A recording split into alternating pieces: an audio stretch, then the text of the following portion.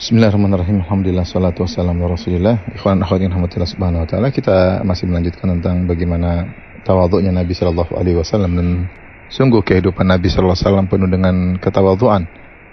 Kita tidak mungkin menyebutkan seluruh hadis-hadis yang menjelaskan tentang tawadhu'nya Nabi sallallahu alaihi wasallam, karena setiap kegiatan Nabi selalu dipenuhi dengan tawadhu'. Tapi pada kesempatan kali ini kita hanya menyampaikan contoh-contoh, sampel-sampel yang bisa mewakili bagaimana kehidupan Nabi sallallahu alaihi wasallam. Di antaranya ketika perang Khandaq, kata Al-Bara bin Azib radhiyallahu anhuma, "Kana Nabi sallallahu alaihi wasallam yanqulu turab yaumal Khandaq hatta ighbarra batnuhu."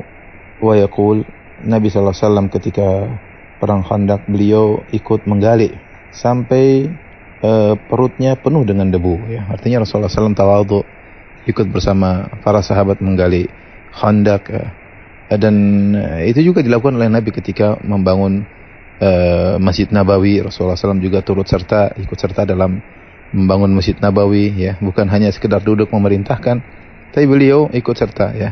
Kalaupun beliau duduk hanya mengawasi, hanya mandorin, tidak ada yang menyalahkan Nabi sallallahu alaihi wasallam, karena beliau memang pantas untuk melakukannya, berhak untuk melakukannya. Tapi Rasulullah tidak demikian. Rasulullah SAW ikut serta dalam pembangunan bersama para sahabatnya. Sampai ketika menggali Khandaq, beliau juga ikut serta sampai perut beliau penuh dengan debu. Kemudian beliau menyemangati para sahabat sambil berkata, "Wallahi laulallah mahtadaina wala tasaddaqna wala sallaina." Demi Allah, bukan karena Allah kami tidak dapat hidayah, kami tidak bisa bersedekah, dan kami tidak bisa sholat.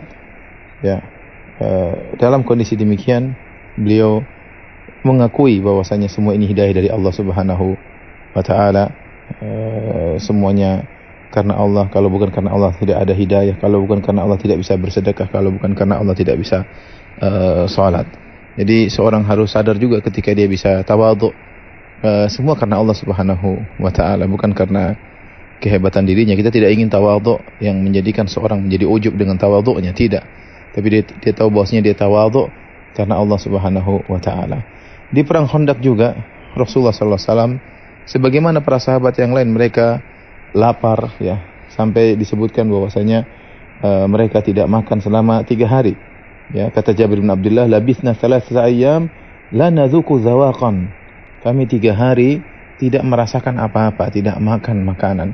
Ya, karena ketika perang Khandaq musim dingin, kemudian para sahabat dalam kondisi kelaparan, ya.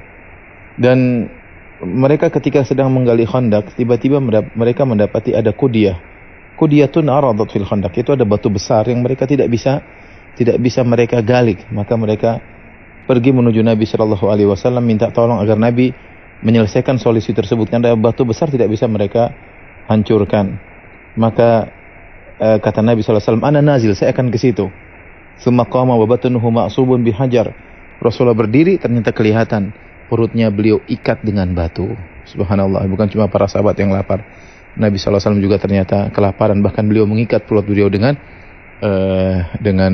batu. Begitulah tawadhu'nya Nabi sallallahu alaihi wasallam, ikut serta bersama para sahabatnya dalam proses penggalian Khandaq, lapar bersama mereka, menggali Khandaq bersama mereka, yang menunjukkan tawadhu'nya Rasulullah